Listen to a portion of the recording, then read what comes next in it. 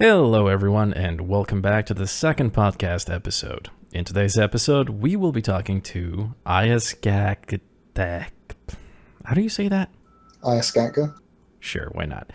Scat has been a longtime friend of ours, and although his real life has taken over his priorities to the point he no longer flies with us, he has not been forgotten. As some of you may be aware, Scat has been the one that took on all of the CFD work for a bunch of missiles in DCS to realistically recreate their flight path. Additionally, he's also responsible for the CFD work on the Phoenix missile we will see included with the F-14 Tomcat. We will get to all that, but for now I'd like to let the man introduce himself. State your name, rank, and purpose. Hi, I'm IASGATG, as most of the community will know, or Tom, which is what everyone else calls me, which is a lot easier. I've been involved in DCS from like a flying gaming perspective since 2011, I want to say, with the A10, and then got involved with Ralfidude somehow. I think I got dragged from an alley or something, and then got interested in missile stuff through the F-15, and then decided that the missiles in DCS weren't very good. Did research, worked with some friends who had CFD experience, and, well, the story goes from there, really. Yeah, so speaking of which, I remember years ago you just suddenly decided to do some research and actual work in the DCS missiles. So what exactly got you motivated to do that? Like, why go through all of that trouble? Because this took you a long while, if I remember.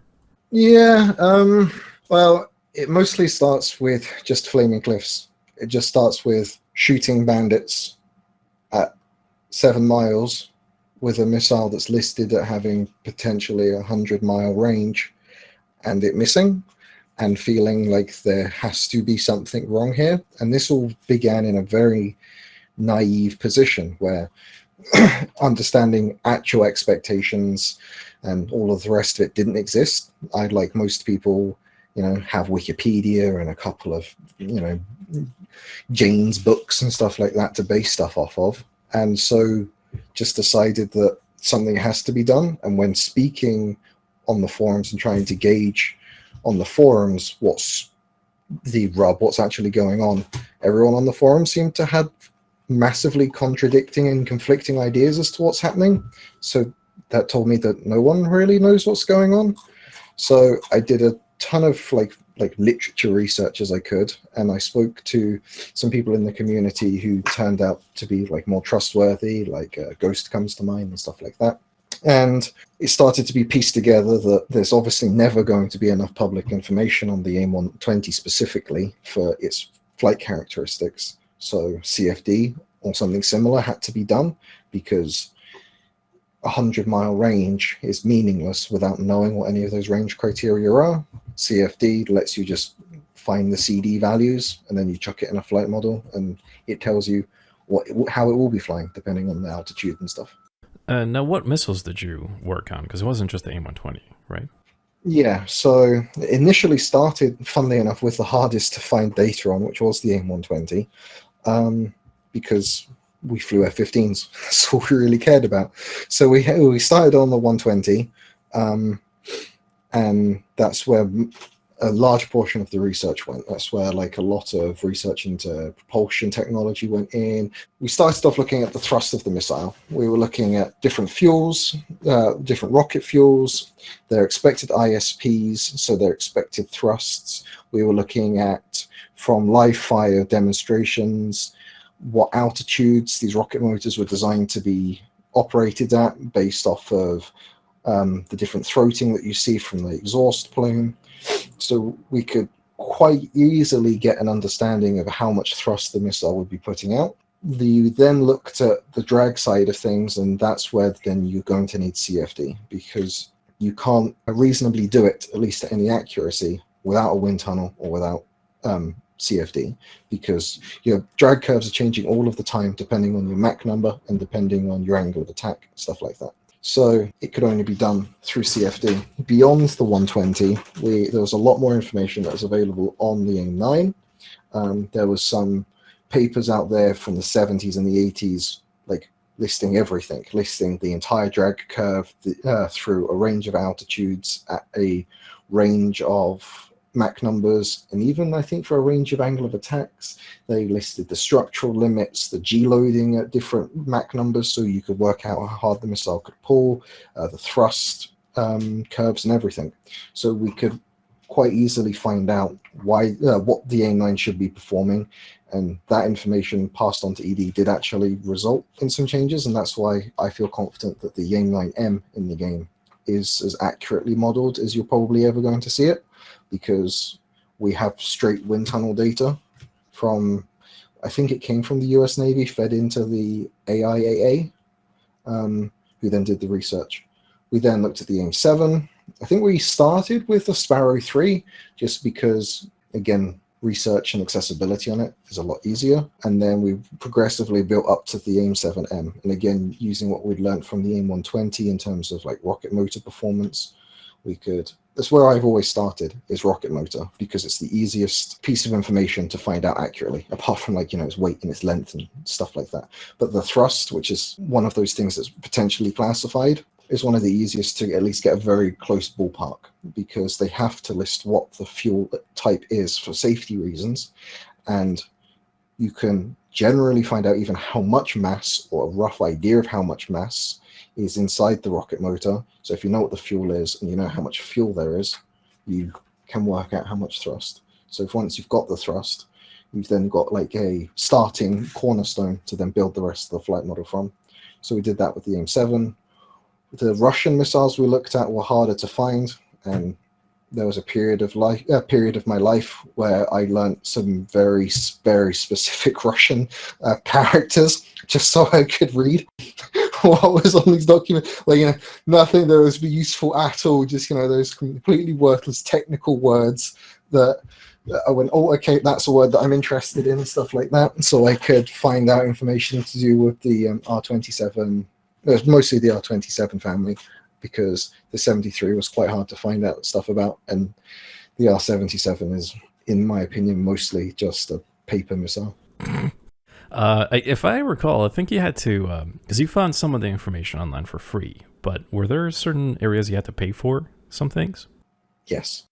There were some things that got paid for. The community is quite good at shuffling around various pieces of information as they need, as threads come up and interest is gained. I've had numerous emails and PMs from people, and I've got quite an extensive library of stuff over hard drives that I'm trying to forever organize, and then getting lost through all of the work. So yeah, some of it was bought by me. Yeah. All right. Now, all of the CFD work was done through the program ANSYS. I'm pretty sure Linebacker was one who introduced it to you. And at the time, I think you were begging all of us to use all of our computers just to run your models. But I think I personally refused, because I didn't want my computer to be sitting there doing calculations for 2 days, racking up an electricity bill. How was it to use that damn thing? Because it looks a little intimidating even for me. Well, the fun thing about ANSYS is it doesn't tell you when something's gone wrong. So you create, to put it into very brief terms, you have a 3D CAD geometry. You then put it in a domain, and then you build a mesh around it. The best analogy I can think of is if you're imagining literally putting a net over an object. The finer you make the net, the more detail you get out of the object that you've thrown it over, but the more detail that you get out of it, the longer it takes to run. And it's not just that which is a problem. It's not just a computational problem with the fineness of it. The mesh starts to bunch up on itself. So if you make the mesh too fine, or if you're not careful, what you'll find is around corners and edges, the mesh starts to bunch into itself, and that then produces bad results. So once you have your mesh created, you then run the simulation. Now, your mesh might be bad, which is 95% of the problems that you have, or the simulation itself might be set up wrong. ANSYS won't tell you either until you've ran it. Sometimes you can spot within the first 30 minutes that something's going wrong. Sometimes you have to wait like 4 hours. Yeah, so a lot of it is trial and error with trying to get the meshing right. So yeah, it's a bit of a nightmare. So it would take hours to run each simulation. Once we'd finally got the meshing and the simulation into a place that we were actually happy with and we're starting to then yield decent results, it then doesn't do it for like all conditions. So if you want to know what the drag value is at Mach 4 at sea level, that's one simulation. You then have to do it again for Mach 3.5, Mach 3, Mach 2.5, and so on, and then through all of the different altitudes, and then all of the different angles of attack for all of the different altitudes, and all of the different Mach numbers. Again, with each simulation, taking up to about 4 hours. It's a lot of computer runtime. What's the longest one of the simulations has ever taken? I think I had one run for like 12 hours before giving up. The meshing also takes forever as well, because you set the parameters that you want and then you set it to go, and then it just goes green when it's finished. And that's about all the indication that you have. And I've had a mesh run for almost 24 hours before I gave up and I closed it out, because you don't know when it's going to finish. Yeah, I've had this similar experience with SolidWorks when we were doing our level of CFD, which is nowhere near what you've been doing. Our meshing was also a huge problem. So depending on what kind of mesh that we would do, the results could be seconds, minutes, or hours. But you don't want to go too simple, because then you're not going to have very reliable data. And depending on what kind of mesh system you have, I mean, we had very different results for our models. There has to be it's not like it differs by such a huge, drastic amount that it's going to make a completely different result. Well, let's just say if you fine the mesh too much, and then you make it a little bit more robust on the opposite scale, the results will vary, but they won't vary by that significant of a factor. Or have you found that to be opposite for you? It's all the question always asked when someone says, "Can you CFD this?" is how much money do you have and how quickly do you want it? Because there is a diminishing returns on accuracy, but you can be lulled into a false sense of security. So like in what you call a mesh sensitivity study, it's where you increase the refinement of your mesh to demonstrate that further refinement, as in smaller cells, won't yield better results, but you can, by luck, very quick with a very coarse mesh, hit the numbers you expect to see, when actually once you refine it, those aren't quite the right numbers. So in my experience, for the sake of argument, you're expecting to see a CD of 0.5 and you have a very coarse mesh and it might hit 0.48 and you think, that's good, and you just run with it. But if you then refined it, say 10 times or 100 times more finely, it actually drops to 0.4. It should have been running at 0.4. So that's why you have to be careful with independence testing.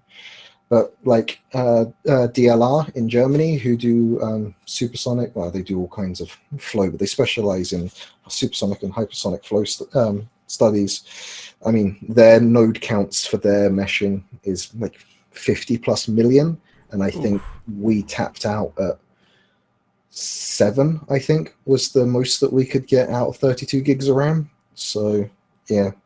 So now, the bulk of the question. After you did your research and you got your results, what did you find out? Like, what were the discrepancies between what ED thinks the missiles do and what your models show? I know it's a handful to answer that because there are so many components to this, but give us a general overview. In hindsight, it feels like a bit of a philosophy difference. So we found, obviously, that our missile was a lot slicker than what ED believes it to be or has it modeled as.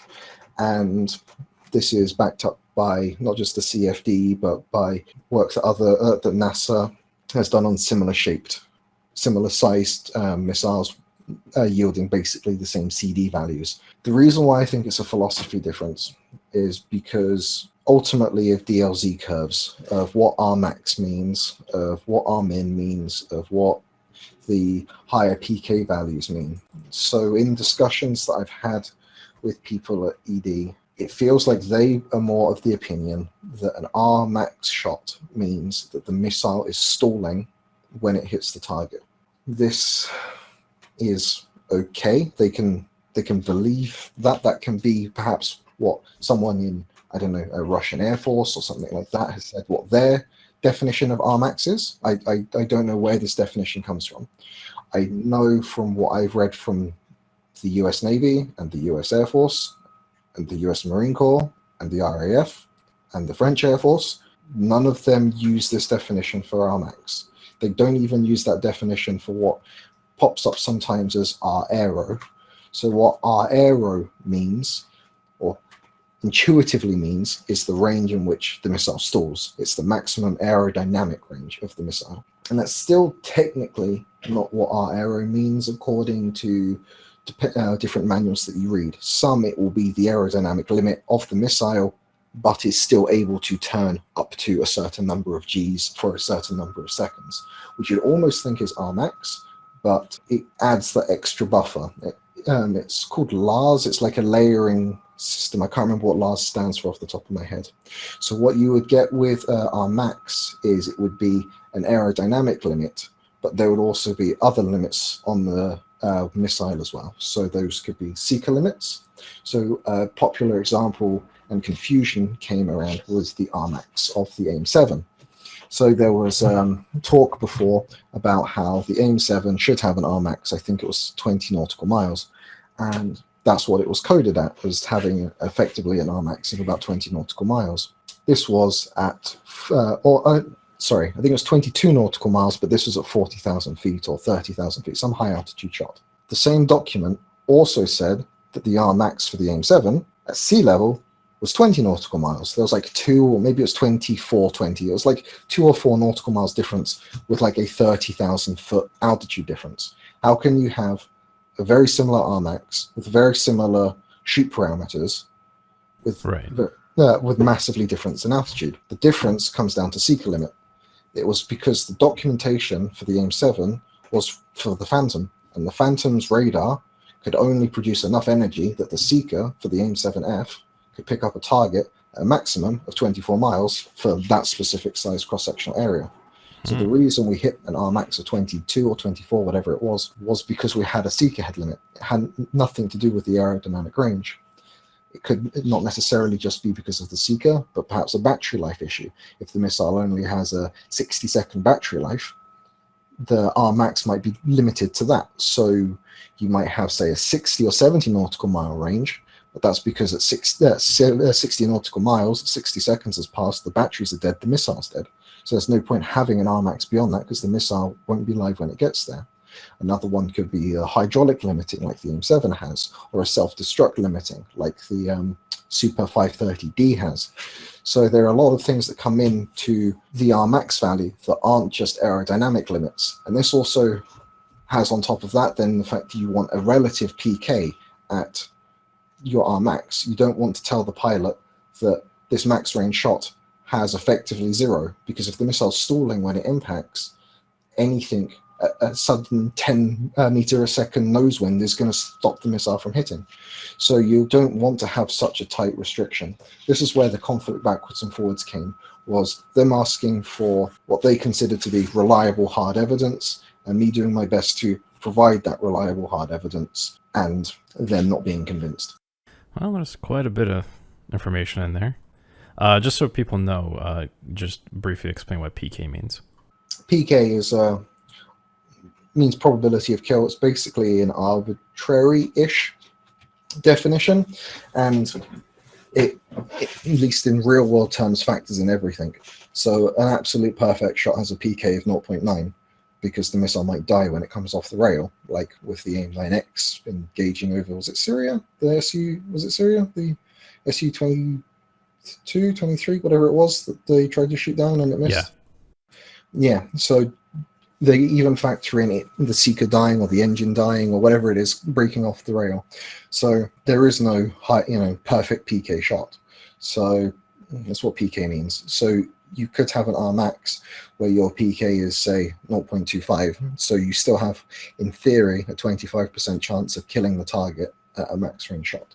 that all comes down to your individual air forces or individual aircraft, in some cases, definitions of what PK means and how they factor that.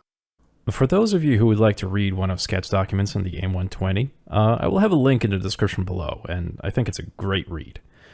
Now, with the Phoenix missile, who approached who between you and Heapler to get that CFD work done? I feel like I approached them, but it was relatively mutual. It was more that I was interested in what was happening with it, and I think they were kind of interested in how they were going to solve that problem. So I think I approached them, but they were quite receptive right from the get-go. But have they heard about your previous work beforehand, or did you present that afterwards? I think they were aware, because I think a lot of the missile drama stuff was happening around the time that the F-14 announcements were all coming out. So I think it timed in quite nicely. I'd have to double check with Cobra, because it was, where are we? We're in 2018. So we're looking at it must be almost 4 years ago, maybe, that we first started talking about this. Because I think we were talking about the MiG-21 to begin with, just about, because, I've got a bit of a problem that they had missiles on their MiG-21, and I want to know what's going on with them. So then with the 14 coming out and being announced, yeah. Now, since I can't really remember, did you have to do any kind of rework on the Phoenix missile? Because obviously you did a bunch of missiles beforehand, but I can't remember if the Phoenix missile was on the list of the CFD work that you've done. So when they contracted you to do the work, did you have to do anything new or rework anything, or how did that work? I never touched the Phoenix before Heat Blur, because nothing in DCS shoots it apart from, certain modded A10s and AI. All of the work for Heat Blur was all bespoke. So we signed up a contract as to, how detailed we were going to get and how far they wanted to push it. And so it was all brand new stuff. So we heard some interesting things from Heapler about the Phoenix missile from my previous podcast, but there wasn't too much detail given on the performance. We talked about some things here and there. But since you're the man behind the work, what can you tell us about it, and how will it perform under certain conditions? Also, tell us what is the best condition to use it under. Sure, so we're getting 3 flavors. The A model had 2 different motors, one slightly larger than the other. So obviously the slightly larger motor one is going to go further and faster. And basically there are no drawbacks to it over the predecessor.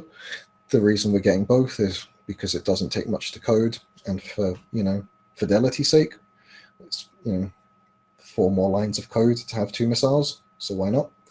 And then the 54C is also being provided. We didn't go beyond the 54C to the C+ or anything, because the F-14B that they're developing didn't shoot it, so we didn't model it.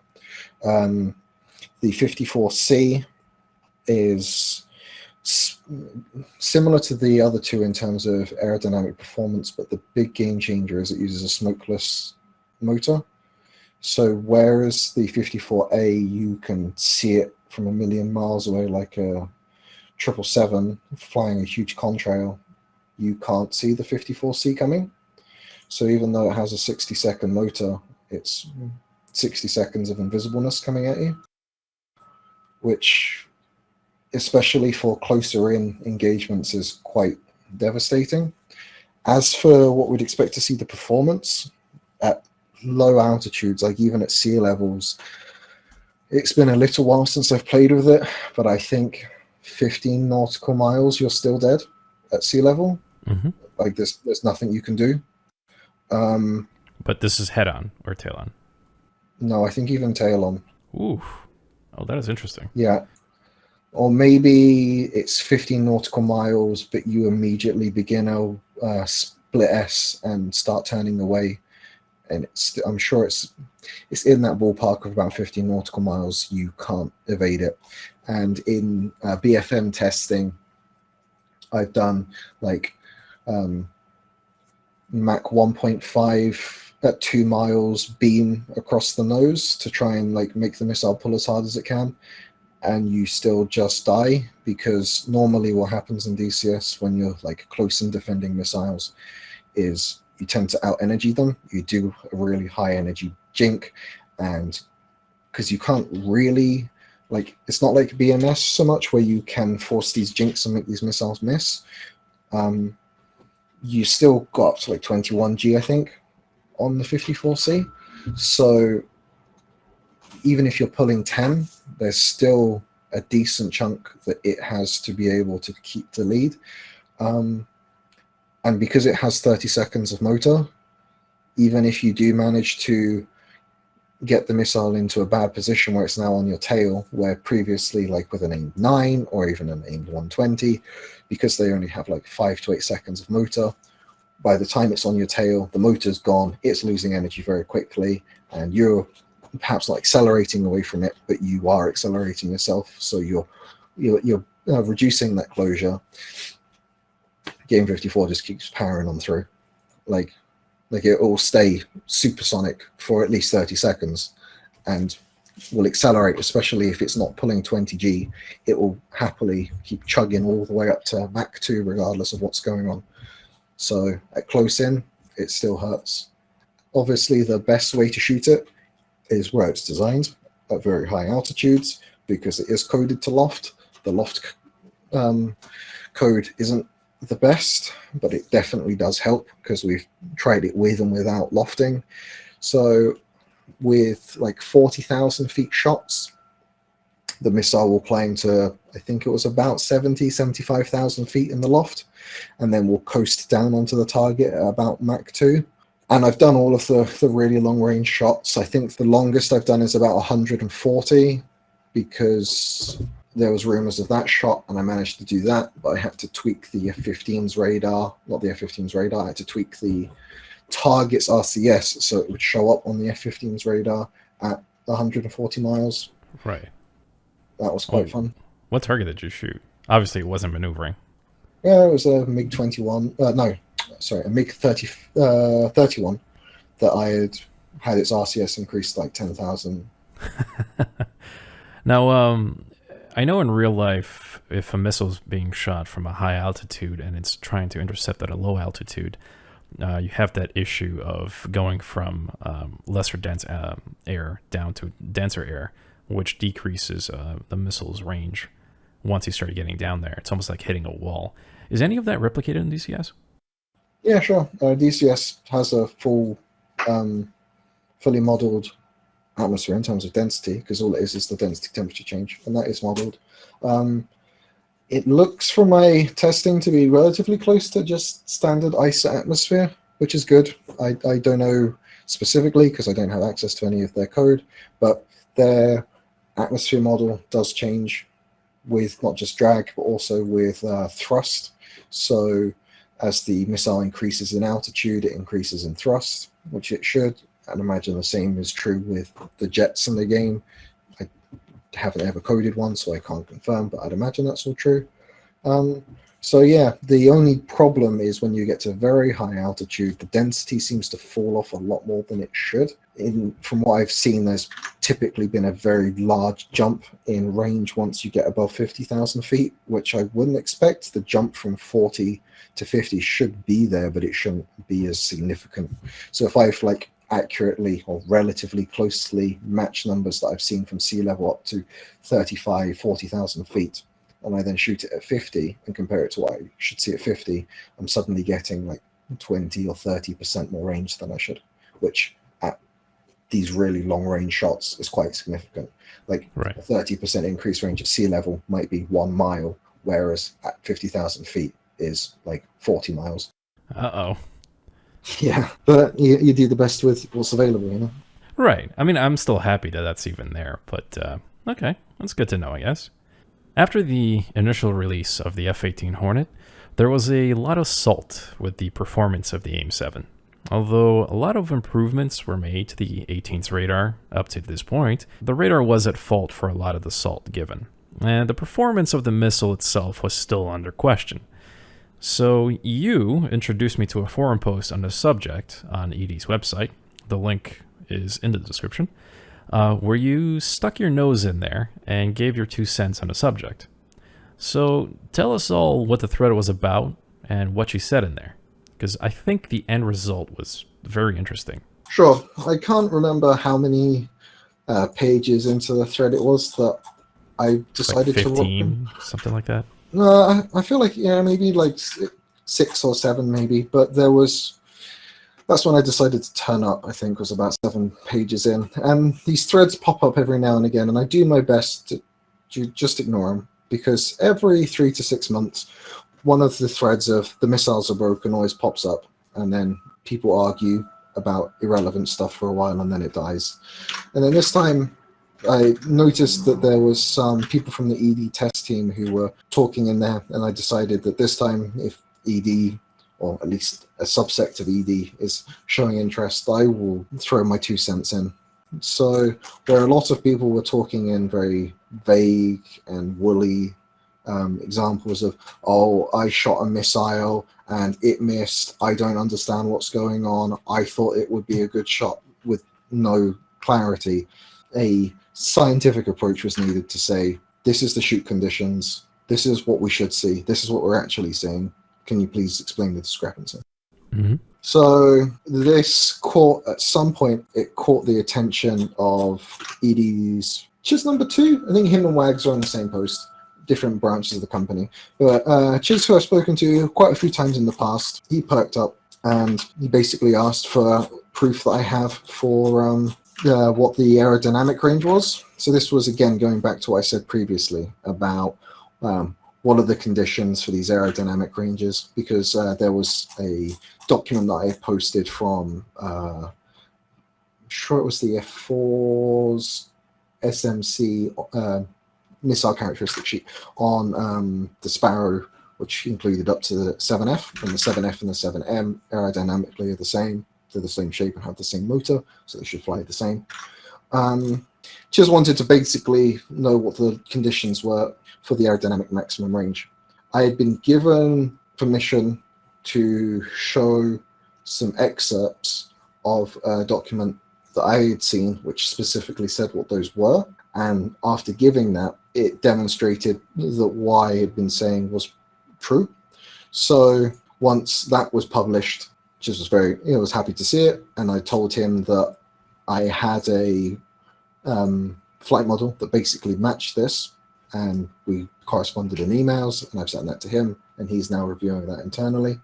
So hopefully, fingers crossed, a new revised AIM-7 will be introduced into DCS. Great news. Good job. That's one of the few wins that we've gotten on the subject. Now, there's also a secondary problem, and that's the engine limitations of DCS, because as I was following through that thread, something popped up that I've known for a while, but it was explained a little bit better, where a missile will pull lead on a target at different stages after it's left the wing of the aircraft. I believe BMS actually recreates this more realistically than DCS, because I don't think DCS does this at all. Wherein, say, a target is 20 miles away from you, and you fire at it, and as soon as you fire, the target starts to maneuver away. The missile that you fired should not technically start pulling 38 Gs to match whatever the aircraft is doing. Instead, it does a very low energy state turn to match the intercept, and then once it starts to get closer to the target, it starts to maneuver at a much higher G. But I believe the ED has stated they do not have that kind of a system working. So as soon as the missile leaves the rail of the aircraft, it just pulls as many Gs as it feels it needs to, wasting a lot of that energy.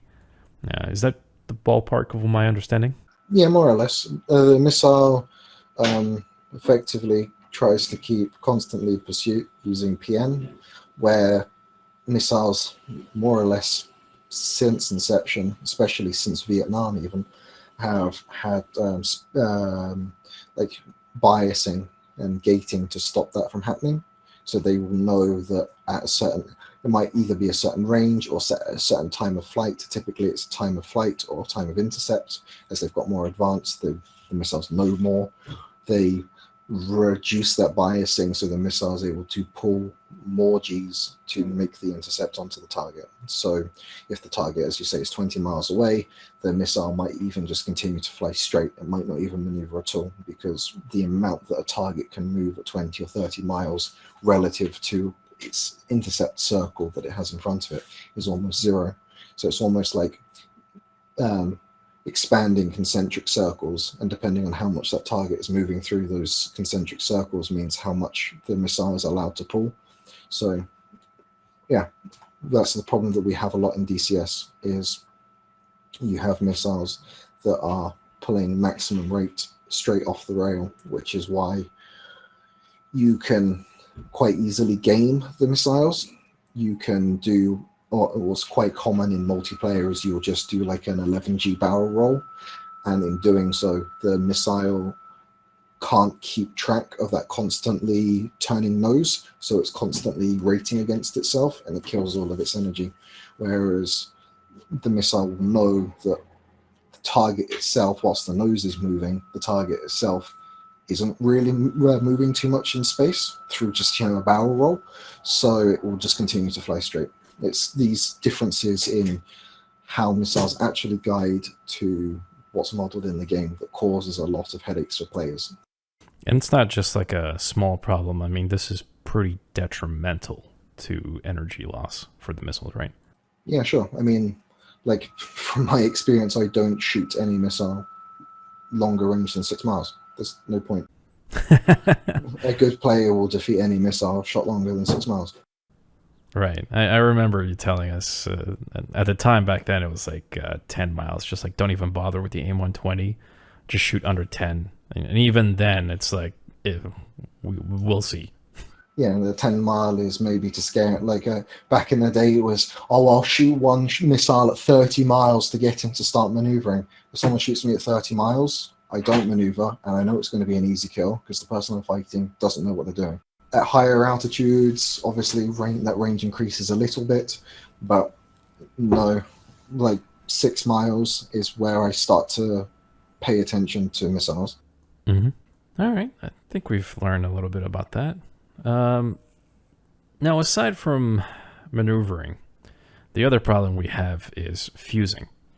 Now, this isn't an area of expertise on your end, but it's something that came up with one of my recent videos where I had the AIM-7 being fired, I think by a friendly aircraft, actually. A friendly F-18 fired at me because F-18s still have crappy IFF to this day. And I just did a very light barrel roll to the right, and the missile just scraped the side of my wing and just kept going by without ever exploding. Now, missiles are supposed to have proximity fuses, but I don't think anybody actually understands how that works. Well, how it's supposed to work versus how it works in ED. And I actually had WAGs come in and give me a pretty clear explanation about how that works in DCS. So since we're speaking about DCS missile performances, I think this is also a good opportunity to get a clear explanation on why AIM-7, or well, any missile fusing is very wonky in DCS. So it's a little bit long, but here is exactly what Wags has told me on that video. And if you don't believe me, you can also go to that video. I will link it down in the description, and I will have that message pinned in the comment section. So he goes, "Hi, Ralfi dude. It is a very old and conceptual issue of all modern jet flight sims with AAMs. The flight of the AAM is calculated by the host of the launched weapon. The missile's position is transferring to the server and to all other clients on the server. This also includes client aircraft positions. Due to the fact that the data packets arrive at different speeds on the network, not just in DCS, based on the ping, the positions of the aircraft and AAM can, and at times vary slightly between clients. For example, for an AAM that has a speed of about 900 meters per second, and a ping is 0.1 seconds, the difference in position of the AAM for clients can be 90 meters. Because of this, the calculation of the hit is always conducted on the weapon owner client. Only she has a true and precise position of the weapon. if you were to see the track of the client that fired the AAM, you'd see that the AAM in fact passed outside fuse range. Now I understand everything he said above that last sentence, but I mean, if you watch the video, I got fired upon by an F-18 that was 4 miles behind me in a tail chase. Is the fusing really that short in a name 7? That missile's flight was no longer than, it was under 15 seconds. Well, it was like 10 seconds maybe. There's no way that the fusing ran out in 10 seconds. As far as I know, fuses are somewhere between like 20 to 100 meters because the blast radius is somewhere between like 50 and 150 meters. I'm sure like the actual kill bubble of most AAMs is 50 meters. So missiles do have to get pretty close for them to fuse, and they have to overtake the target to fuse. But the other thing from what I've heard in DCS is the aircraft itself isn't the thing that the missile is fusing on. It's the head of the pilot that the missile is fusing on.